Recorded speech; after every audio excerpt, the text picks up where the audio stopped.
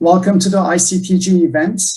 This is the second day of the conference, and I have the honor of presenting Professor Tom Papagiannakis from University of Texas and San Antonio for his Monismith Lecture.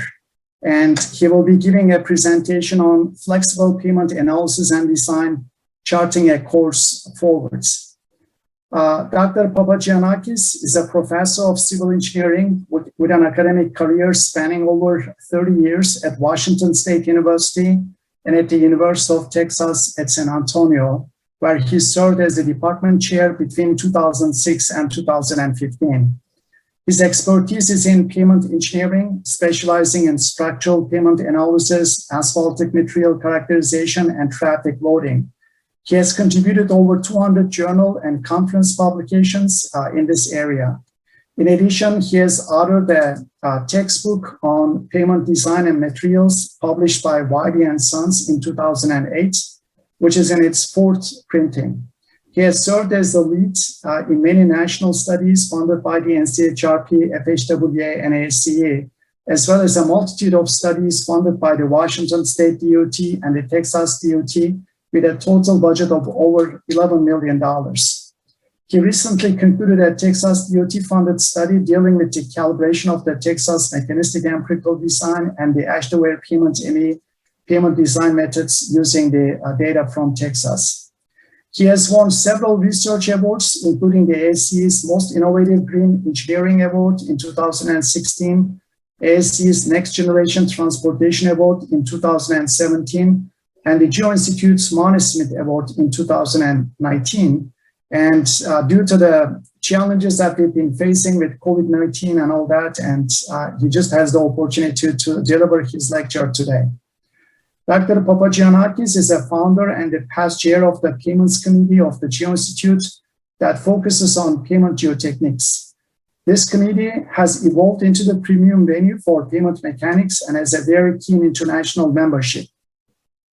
Since the committee's inception in 1996, it has sponsored numerous sessions in national and international conferences and has generated a multitude of geotechnical special publications and conference proceedings.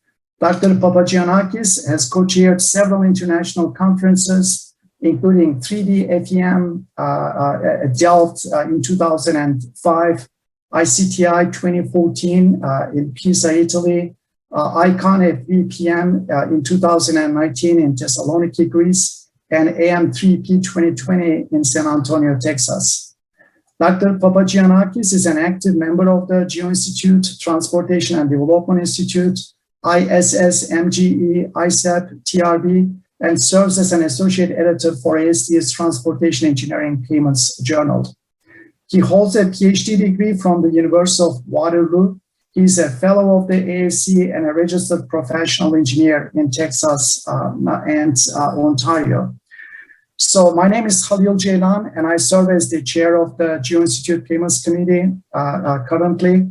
And I've learned so much over the years from Tom, and we greatly appreciate his leadership and mentoring over the years. And this committee has played a very significant role in my career, professional development, and we are in great debt for his leadership in this area. So it is with my greatest honor that I present Tom Papagiannakis for the Monismith Lecture. Tom? Thank you very much, Khalil, for the kind introduction. It is a distinct honor to be invited to offer this named lecture in the name of Professor Carl Monismith. I want to thank the organizing committee for including my talk in the proceedings, and I also want to thank all these colleagues from the West Coast that need to wake up before 6 a.m. to attend. I guess I owe them Starbucks certificates for this. I appreciate the difficulty of transitioning a conference from live to online, because I've been through this process last August when we were planning to host the AM3P conference, Asphalt Materials and Pavement Performance Prediction conference here in San Antonio, which of course was canceled and was transitioned to be online. You have to do double the work. You have to first organize it live and then cancel it and then organize it online. So it's a lot of work, and I really appreciate the effort of this committee. They owe a round of applause, I think. Having said that, I feel that the hybrid format, the online format has worked better than I thought. Perhaps the future is hybrid, whereby students or others that cannot afford to travel can actually participate in conferences and benefit from the discussions that are and the presentations that are offered.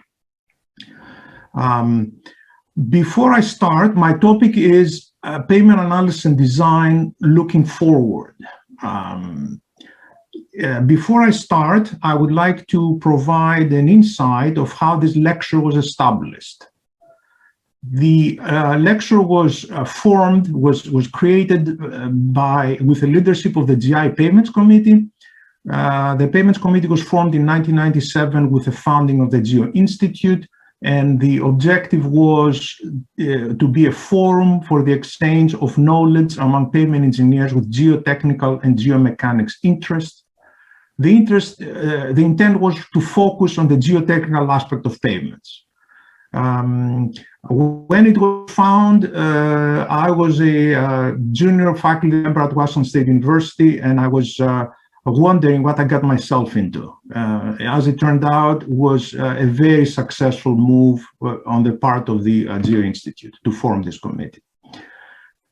Following my chairmanship, other chairs followed, namely Ed Massad, Errol Tatamlour, Chuck Schwartz, and currently, of course, Dr. Halil Ceylan, who kindly introduced me. This committee has been very successful, participated in multiple conferences of ASCE and affiliated organizations, and even won the GI's Committee of the Year award in 2010 when Errol Tatamlour was chairing it. So, to open a brief parenthesis, most pavement engineers are geotech trained. We, on the other hand, face a different set of problems that your traditional geotechnical engineer does. Let me highlight some of the differences. Our loads are lighter, but higher in number and are moving. Structural failure is normally not an issue. Fatigue and plastic deformation are issues. Are the exceptions? Definitely they are. Take a look at this. This is a vehicle, if I can call it this, 1.2 million pounds, double tractors in the front pulling it and double tractors in the back pushing it. I took this picture back in 2015 in one of the small farm-to-market roads in Texas. I believe it was Farm-to-Market 3009. And this road had a fresh chip seal. As you may be guessing, that pavement did not do very well. In surveying states, only 2 consider straight out more Coulomb type of failure of the underlying layers, only 2 out of the 50. So we have a different mindset, if you like. We're thinking of fatigue and plastic deformation as the main causes of problems in pavements. So this committee led the formation of the Monismith Award, and brief highlights of the past recipients started with Carl Monismith, who provided the inaugural speech back in 2012, followed by Bob Litton, Marcel Thompson, Matt Witzek, Dallas Little, David Anderson, Gary Hicks. So I'm the 8th presenter of this award, and I'm indeed indebted to these individuals. I feel like I'm standing on the shoulder of giants, to quote Isaac Newton. Nothing more true than that.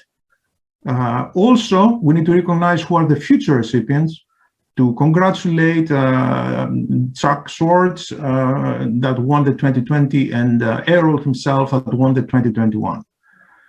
You realize that we are behind in delivering those award talks, and hopefully we will catch up in the future and we will deliver the lectures the same year they were awarded.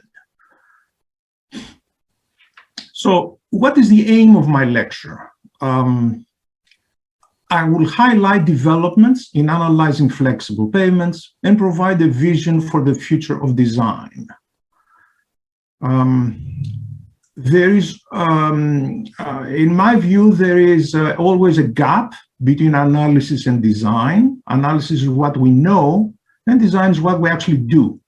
My focus here is on what we know. What I mean by we, I mean the pavement research community. So my lecture refers to research accomplishments of a multitude of people, not just myself. To look forward, I need a departure point. Don't worry, I will not present an historical overview, starting with the Greeks and the Romans, although I could not resist showing you some pictures demonstrating that the pavement distresses we designed for date back to antiquity.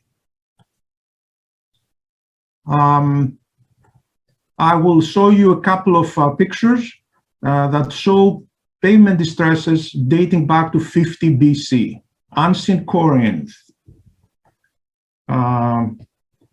We have here cracking, and we have rutting. These are taken from two roads that serve the ancient Corinth, which is here. One of them is on a on a road that carries foot traffic, and you will see nice cracks on the surface.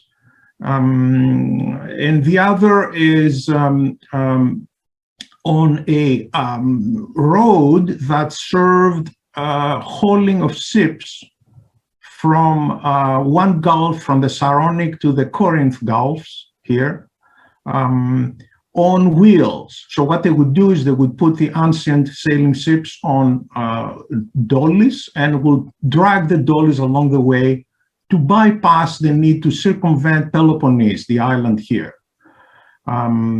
This called violkos, stands from the Greek word hauling along. You see the ruts from those old wheels. This is the location where the modern Corinth Canal was built. Okay, so the pavement problems we face today are indeed ancient. To orient you, Athens is somewhere here on the right, about southeast, about 40 miles from these locations. So what is my departure point? My departure point is 1992. It was a lecture given by Professor Monismith,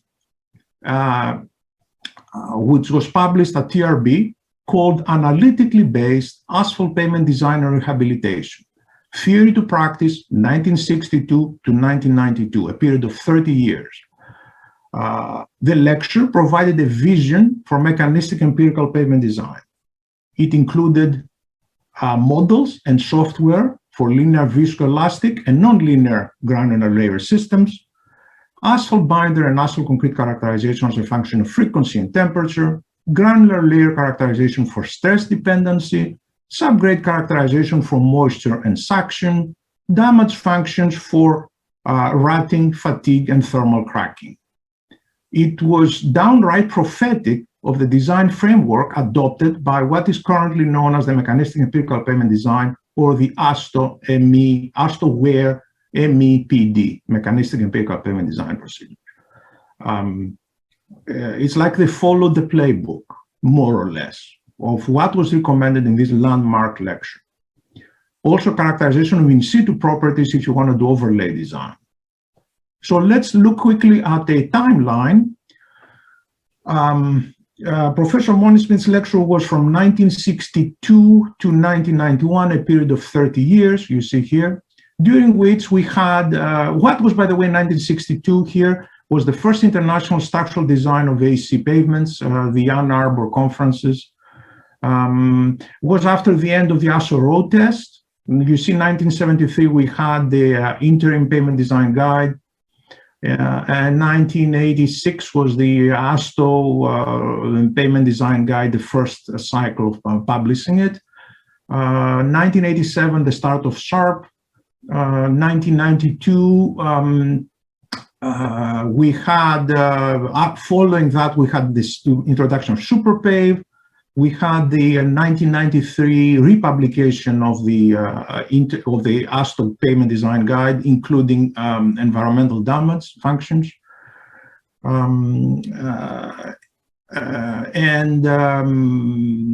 Of course, what I have here is a person carrying a magnifying glass. The introduction of micromechanics visualization methods, starting from digital photographs to X-rays to atomic force microscopes for scanning binders, followed by the release of the Mpdg in 2004, the ASTO Mpdg interim guide here in 2008, and the final version of it in 2015. I call all these events, which I checked here, disruptive events. In a good sense, the introduction of actual techniques that revolutionize pavement design and analysis. So my talk will cover this 30-year period. This introduction, of course, of the SuperPave, starting in 1992, was followed by landmark studies, NCHRP 910, which dealt with SuperPave protocols for modified asphalt binders, 913, which dealt with evaluation of water sensitivity, 919, SuperPave support and performance models, 923, environmental effects in pavement mix and structural design systems, 929, the simple performance test, or the AMPT, the asphalt mixture performance tester. The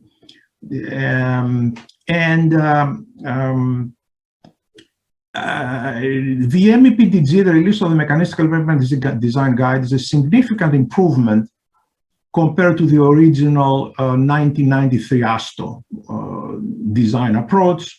And this is an understatement. I should say the new design guide is light years ahead of what we used to have. It was long overdue to have a rational framework for designing pavements. What is its downside, if you like? It's perhaps us. We're getting too comfortable with it. It took how many years between the two interim guides? 35. It was 35 years between the first interim guide in 1973 and the ASTO Mpdg interim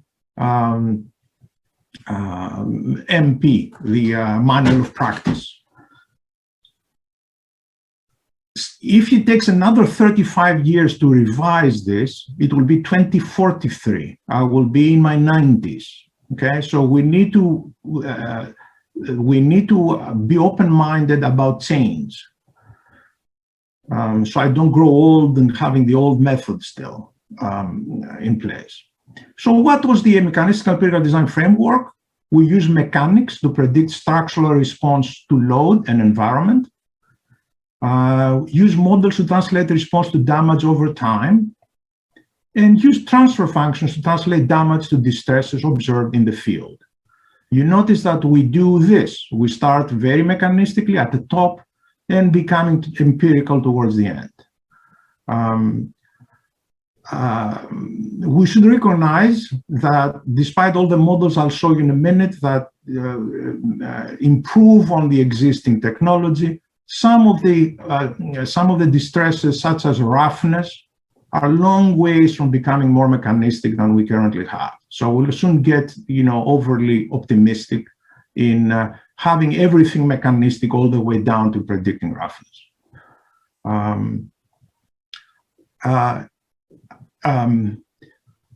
In presenting this material, I repeat that describes the work of many researchers in the pavement engineering field.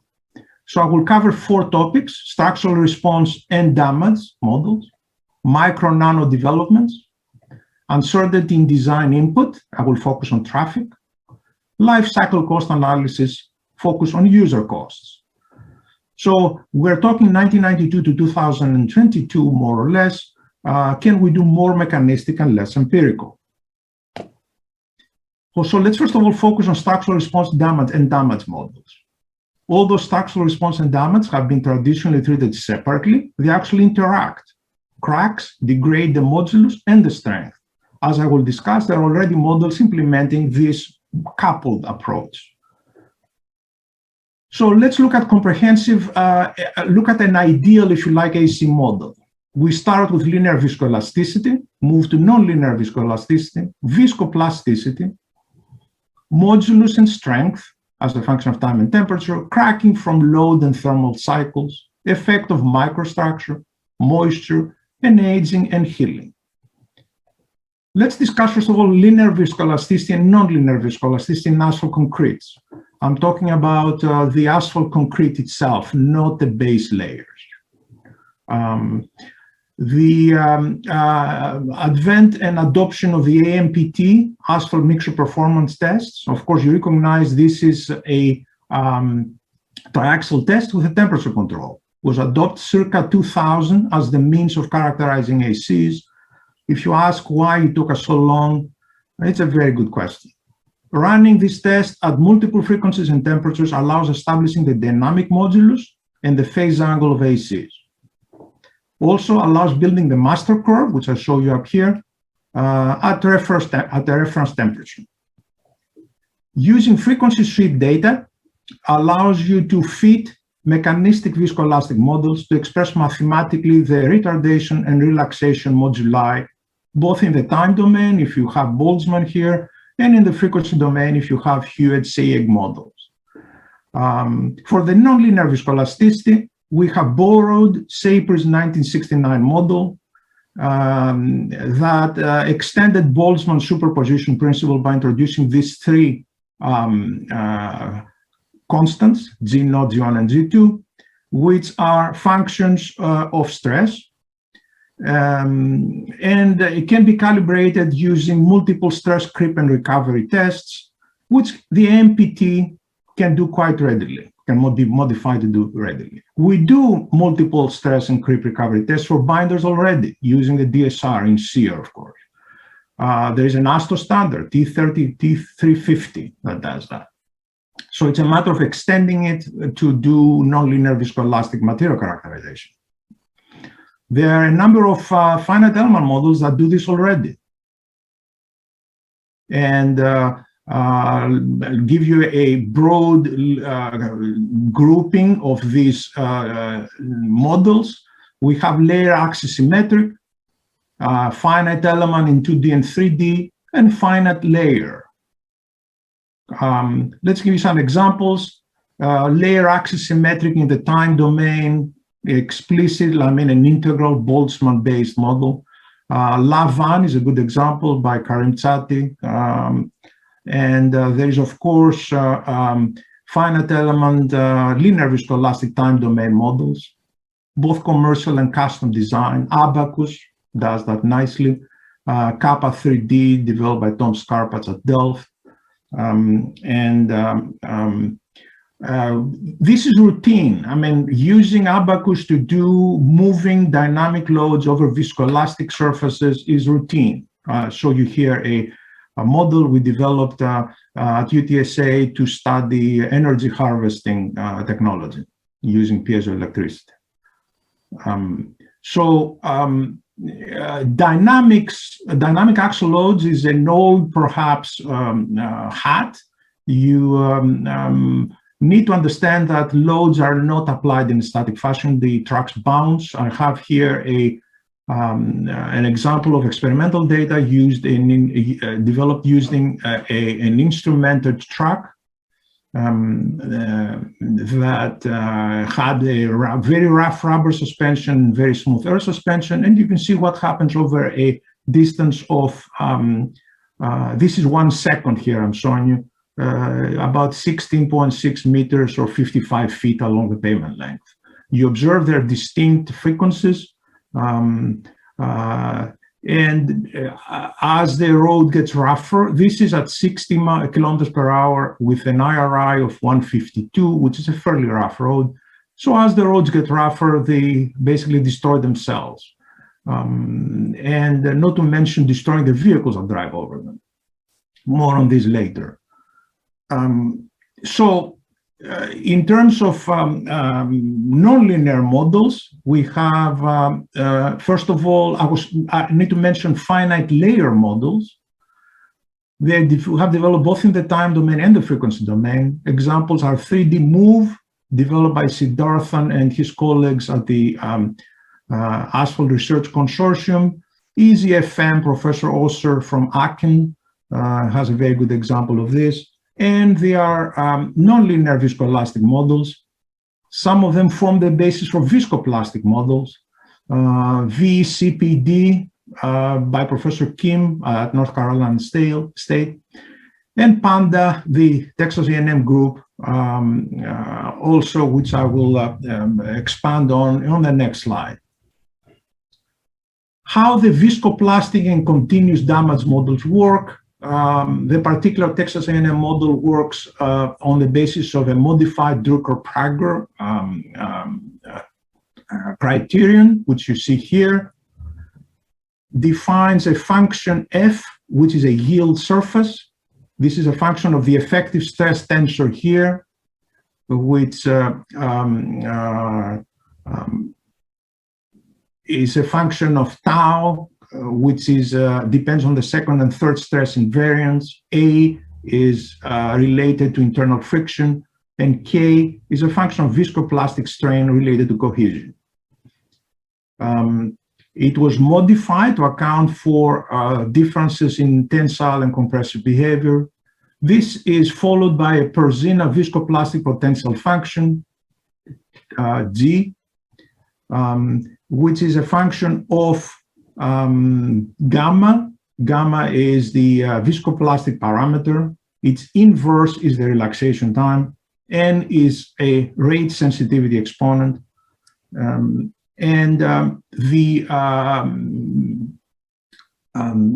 is the viscoplastic potential function with beta describing dilation. A brief parenthesis, I mentioned effective stress. This has nothing to do with geotechnical effective stress. This is the tau bar here. Those bars you see, they refer to effective. Effective in the pavement lingo is related to the intact area of a sample as opposed to the one that is damaged. So these stresses relate to intact, the intact area of the sample.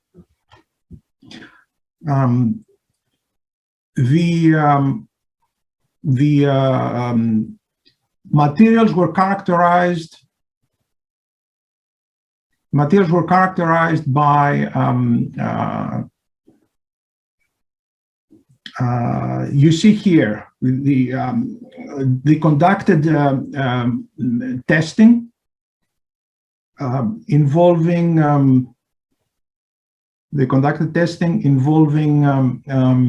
multiple loading times and temperatures, and they managed to describe well total strain. We have total strain with the damage and without the damage. Also axial creep strain over extended periods of time. What happens to the strain? You see the experimental data and the model data in red. So the model forms a very good framework for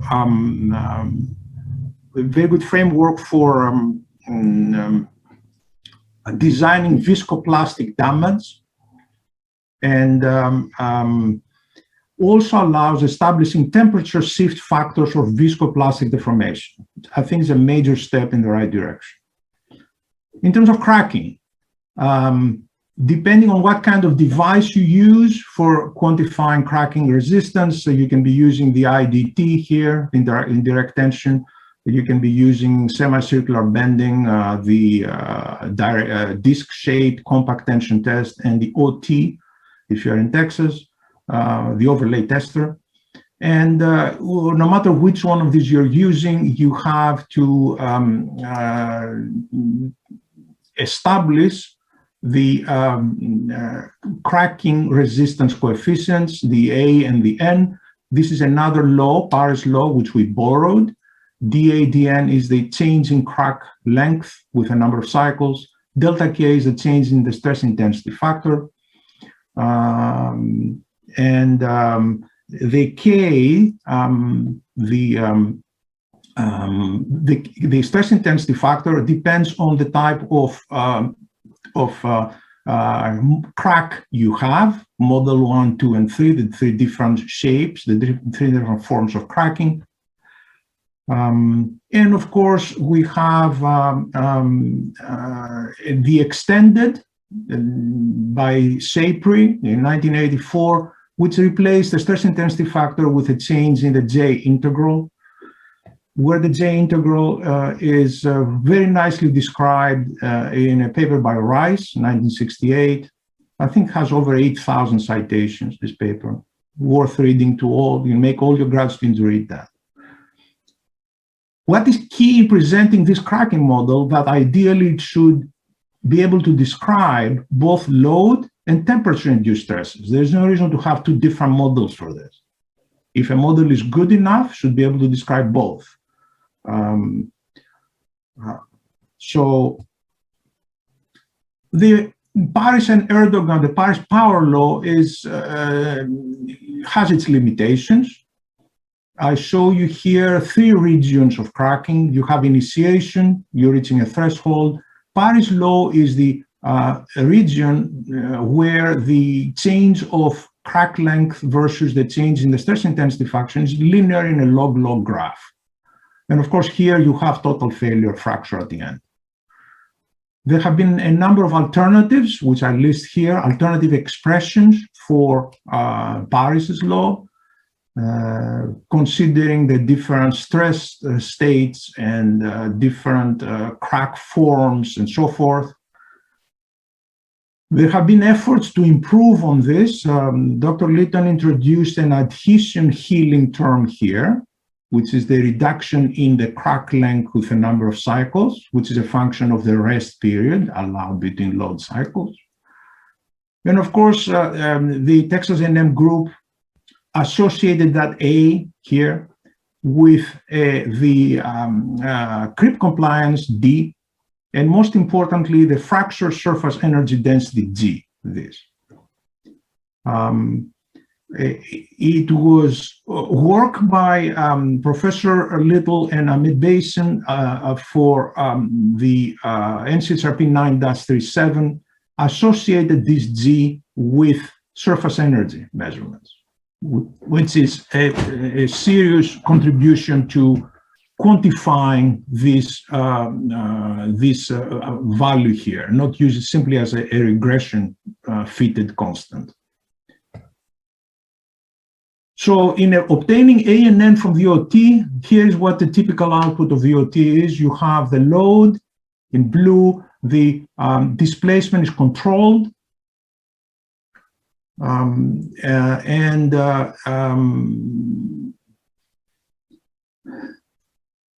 it has two functions, the overlay tester. Indexing cracking resistance, traditionally is done by the number of repetitions to failure, defined as 93% of the maximum force on the first cycle, has a Texas standard, 248. This is not very good indicator of cracking resistance. Work by the University of Texas in El Paso, Dr. Sohail Nazarian, showed that the area under the first cycle, which I highlighted here, of the load versus displacement, which is called the critical fracture energy, is much better related to cracking resistance than the number of cycles to failure. In establishing A and N, I have here a procedure developed by TTI, establishes the stress intensity factor from finite element modeling. The crack length is estimated from load and displacement, and A and N are fitted. Dr. Litton's group has improved on this model. use low displacement OT, much lower than cracking the sample to obtain the relaxation modulus, and use estimated displacement at the tip to compute dissipated displacement work, and then estimated delta J, the change in the J integral, as the change of this displacement work with a crack surface area. That's what CSA is. And done a very good job in predicting the behavior of the OT. Here I show you the hysteresis loop from the first cycle, and here is the one from the load versus displacement curve. So the dots are estimated, this is from the load, and clear the hysteresis loop is much smaller than the one you think there is, the blue one, and indicates that differences in area indicate that part of the work goes into crack formation and the other goes into viscoelastic resistance. So there have been major developments in using the overlay tester for both identifying good and bad mixes in cracking, and also for obtaining ANN for numerical estimation of crack propagation. We've done some work on this ourselves. Here I have a little video, hope it plays. We have used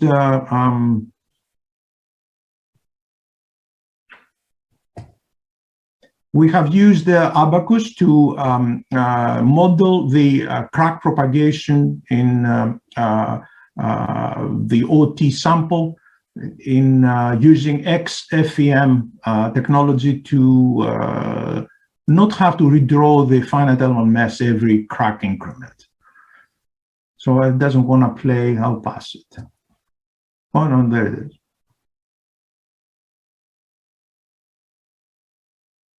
So you see that one plate is stationary, the other moves, and as you move, you apply large enough displacement to start cracking the sample.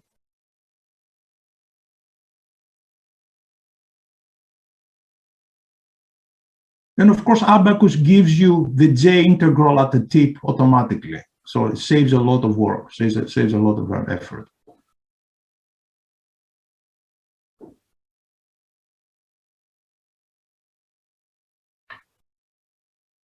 So I better go forward.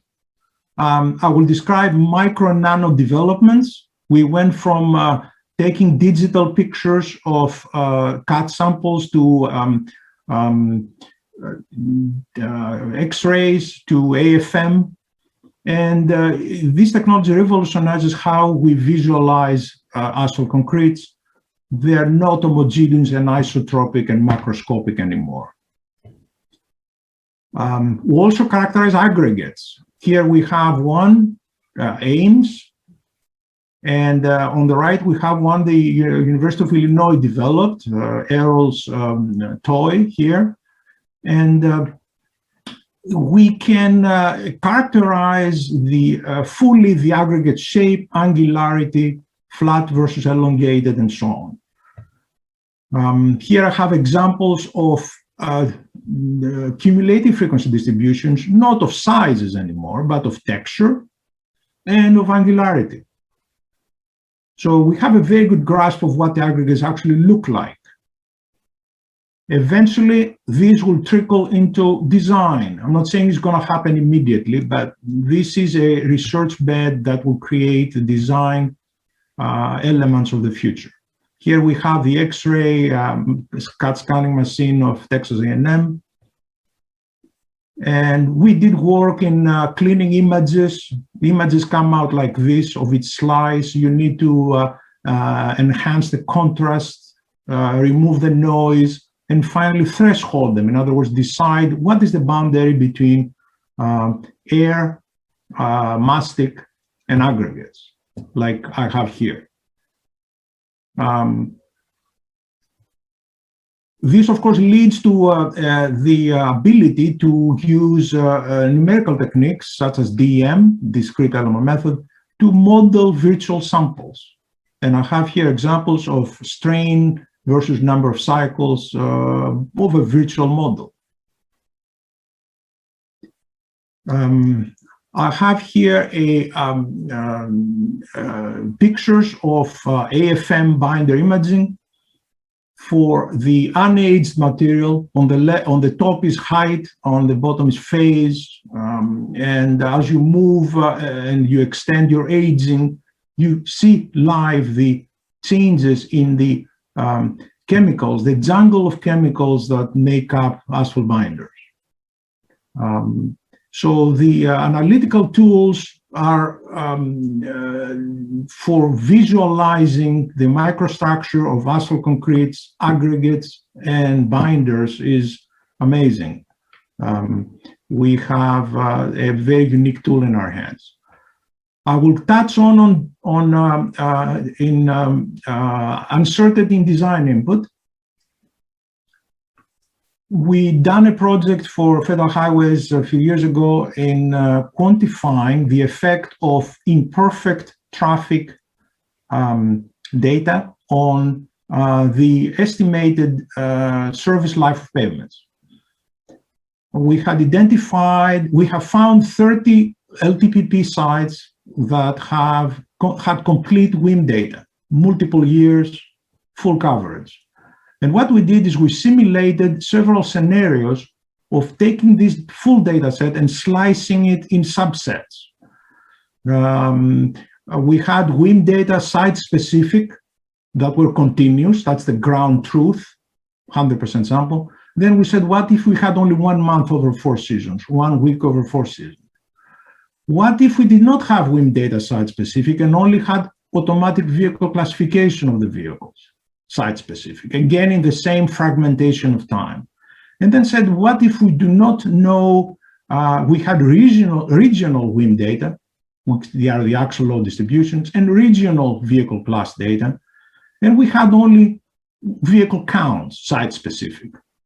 And then we went down all the way to the end where we said, what if we don't know anything about WIM? We take national data as in defaults and the national data for class. And only we had site-specific data for a few days. And the results are astounding. We calculated means and standard deviations for different confidence levels. We used clustering techniques for grouping sites into regional groups. And we estimated the lower end, the lower percentile of all the inputs. Why the lower percentile is important? Because if you are underestimating your traffic input, your design will be seriously under-predicted, under-designed, and you will end up with premature failures. So under-predicting is more serious than over-predicting. Here we have Mpdg predictions for the different scenarios, and we plotted what happens at the, say, 95th percentile in terms of confidence interval. Here's years, here's the different scenarios. Look at this here. If you're guessing your WIM distributions, your axle load distributions, and you're guessing your AVCs, the automatic vehicle classification data, and you have very little site-specific counts of vehicles, you could be off by a lot in predicting pavement life. Identify 2 error sources. One is from inputting all mean data, and the other is predicting lower confidence interval data for each of the inputs. Look at the ranges in life, ranges in error. As you move from the perfect scenarios to less perfect scenarios in collecting data, you are increasing your uncertainty. Your range in error goes up. Say, for example, scenario 4.7. You collect data for 1 weekend day and 1 work week day and use defaults for everything else. And let's say you can live with 85% confidence. You could overestimate pavement life by 40%. In other words, you're shooting for 20 years and you could get 28 years, which means you're going to design something much thinner than you need. and experience premature failure. I had here even more scary pictures.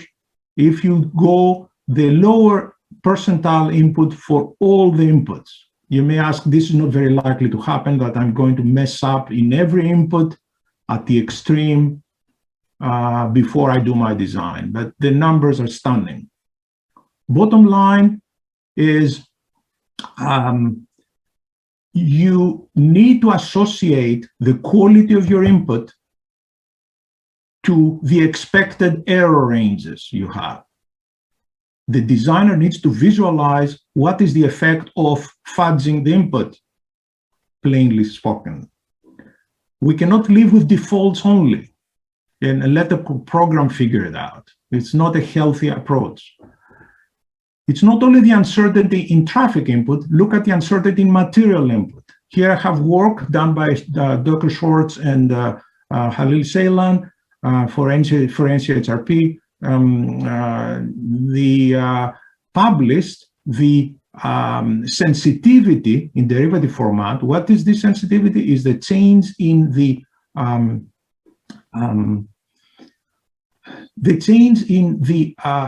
input with respect to the output. So they introduced basically an elasticity term for the sensitivity of the output of the Mpdg to various inputs, ranging from the hot mix asphalt to the hot mix asphalt thickness. They dealt with ADT only here, complementing what I've done, I guess, and all the way to the other input variables. How does it affect the NSI? NSI stands for Normalized Sensitivity Index, taking into account the design limit for the particular distresses. Example, say 50% area cracked is failure in fatigue. So what this means, NSI of +2 means that an increase of, say, alpha for the hot mix asphalt of 5% will result in increase in fatigue cracking of 10%, fatigue cracking prediction of 10%. So delta and alpha represent the minimum and maximum values of the log modulus. That's what these two values are. So in other words, there is no free ride. If you want accurate predictions of pavement performance using the Mpdg, you have to do your homework in both materials and traffic and know what the consequences of selecting defaults all the way across are. Do we have a good grasp of what is the variation of our input? You bet we do. We have AMRL results. If you do certification, ASTRO certification of your labs, you get those charts that says what is the average and the range in any property you're measuring. So we do know what is the range, a reasonable range in material properties in the lab, and also we know what is the reasonable range in the field for selected properties. See, I show you here a QC chart, quality control chart from Washington State during production of asphalt concrete. So during production and construction of the pavement, you know what the range in properties, several properties are. Also, you can go and back calculate it from falling weight deflectometer data or rolling weight deflectometer data. So that's another point I would like to pass across. In calibrating mechanistic empirical design models, you need to make sure that you use the highest possible quality of input you have. Otherwise, your calibration will compensate for the data you don't have. When we did this calibration of the Texas mechanistic empirical design method, which is a homegrown approach in Texas, we used the highest quality of traffic and materials we could get our hands on. Do you have a full traffic data set? Not always. There will be missing elements, not unlike what LTPP has, the problem of not having complete WIM data for all the sites. The last item I will touch on is the life cycle cost analysis to focus on the user costs. So life cycle costs, analysis that incorporates costs of pavement construction, maintenance, as well as user costs. I'm going to flash a statement by a famous politician here for you. The physical condition of the present road net increases the cost of vehicle operation, according to many estimates, by as much as 1 cent per mile of vehicle travel. At the present rate of travel, this totals to more than 5 billion per year. The cost is not borne by the individual vehicle operator alone. It pyramids into higher expenses of doing the nation's business. You want to guess who said that and when? President Eisenhower in 1955. That's another thing that's not new. We know about this. Efforts to quantify the user costs were developed for North America, were developed by Michigan State University, Karim Chadi's group, that adapted HDM4 fuel consumption, tire wear, and parts for different vehicle categories as a function of payment condition. Let me quickly go over what the HDM4 developed.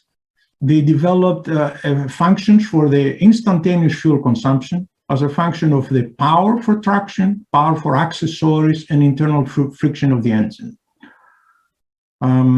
The power for traction, which I check here, was a function of a number of variables, including rolling resistance forces.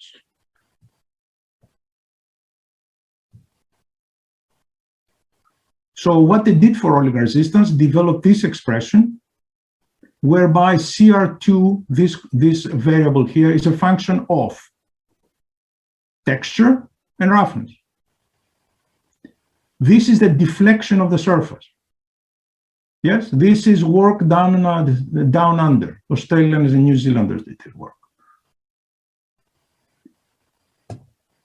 So calibrate the fuel model. It was realized that the instantaneous fuel consumption can be associated with the mass airflow into the engine of a vehicle.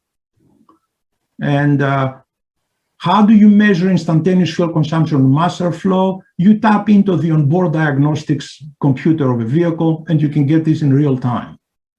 That's what the Michigan State group did. They put their computer and they put the onboard diagnostic system hookup, and they drove over a range of surfaces with different textures and roughnesses and managed to get A0, A1, and A2 for the North American conditions when counted. Similar work was done for the tire wear model, where the HDM4 has a traction wear amount related to the CFT. Here's a tire. We have the circumferential traction forces, the lateral forces, and the normal forces. So the HDM4 relates the CFT force to rolling resistance again. So using the same approach, the Michigan folks calibrated the tire model through direct measurements over, I believe, 3,000 or 4,000 miles. For passenger cars, they used a laser system to measure distinct points to establish wear as a function of the miles driven. And for the trucks, they used the NCAT data. And they developed these two coefficients for North American conditions. This is consumption of tire tread per 1,000 kilometers for different vehicle categories. They put this in a nice computer program with a nice graphical interface. Here is the example of IRI, of fuel cost versus IRI for cars and trucks.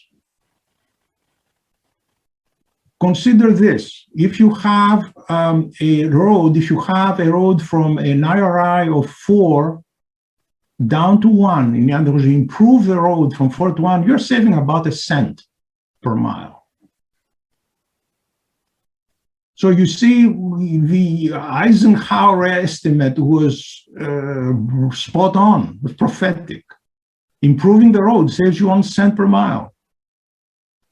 What does that mean? If you have a high traffic road, 80,000 ADT cars only, I'm just going to leave cars there, translates to $800 per day per kilometer, or $300,000 per year. Compare this to the annualized cost of building a lane, say about $1 million. That lasts 20 years. What is the annualized cost of this? Is $240,000 per year. So you have a ratio of 290 over 240. The fuel cost for cars only on a heavily trafficked road is 30% more than the annualized cost of the pavement itself. So user costs need to be considered, especially important in the US, because we're discussing a major investment on infrastructure. So this becomes paramount. And I'm not talking about other user costs, just vehicle operating, just fuel. I'm not talking about tires or all the other elements. So to conclude, there has been a broad range of disruptive research developments in the pavement engineering area since 1992. These present opportunities.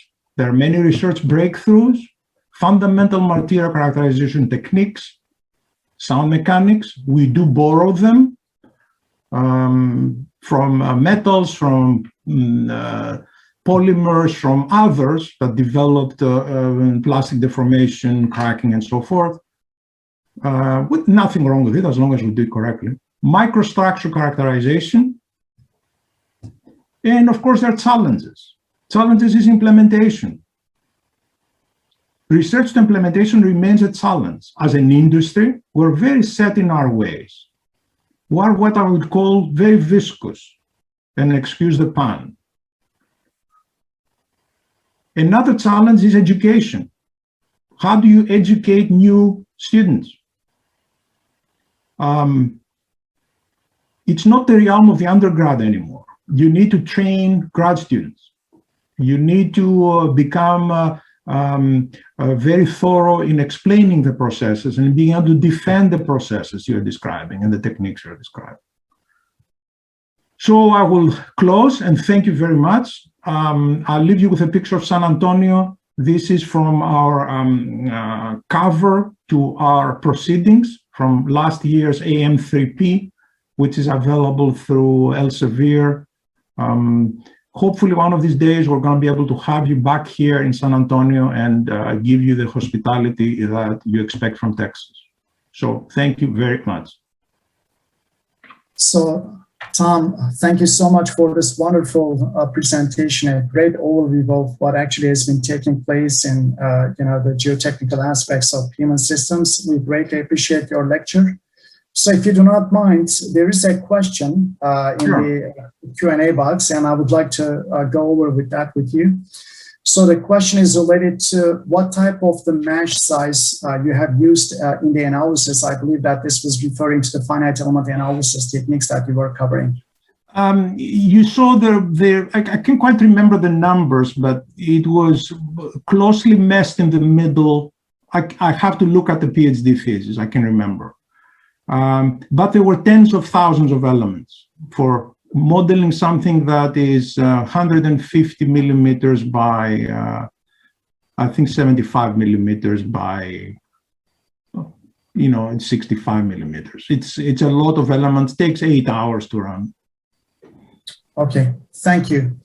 And there's also a question in the chat box. What about uncertainties related with climatic changes during design life? Oh, definitely there is room for incorporating climate change into our predictions. I believe there was a paper, there are several papers, but there was one even we nominated for an award that examined the relationship between environmental changes, as in climate change, and pavement design. I think Zach Schwartz was part of a group of people that authored this. So there has been work on this. Okay, wonderful. So, those are all the written questions that we have, and I'm not sure if the audience have any opportunity to ask any live questions, but I believe that we are up also for time. So I'd like to ask our colleague, Dr. Errol Stumler, and others from the conference organizing committee if there are any other questions from anyone else, but that's what we have in the Q&A box and the chat box. So thank you again for this wonderful lecture. We greatly appreciate it. Again, congratulations for all your contributions and achievements. So thank you very much, Khalil. Thank you. And we are up for time, and that concludes the Monismith lecture today. Thank you. Thank you, Dr. Papagiannakis. Again, this is a great presentation and great lecture on your behalf. Just to let everyone know, we have immediately breakout parallel sessions starting. So this concludes the actually session for today's Monismith lecture. We are immediately starting the parallel sessions. Thank you.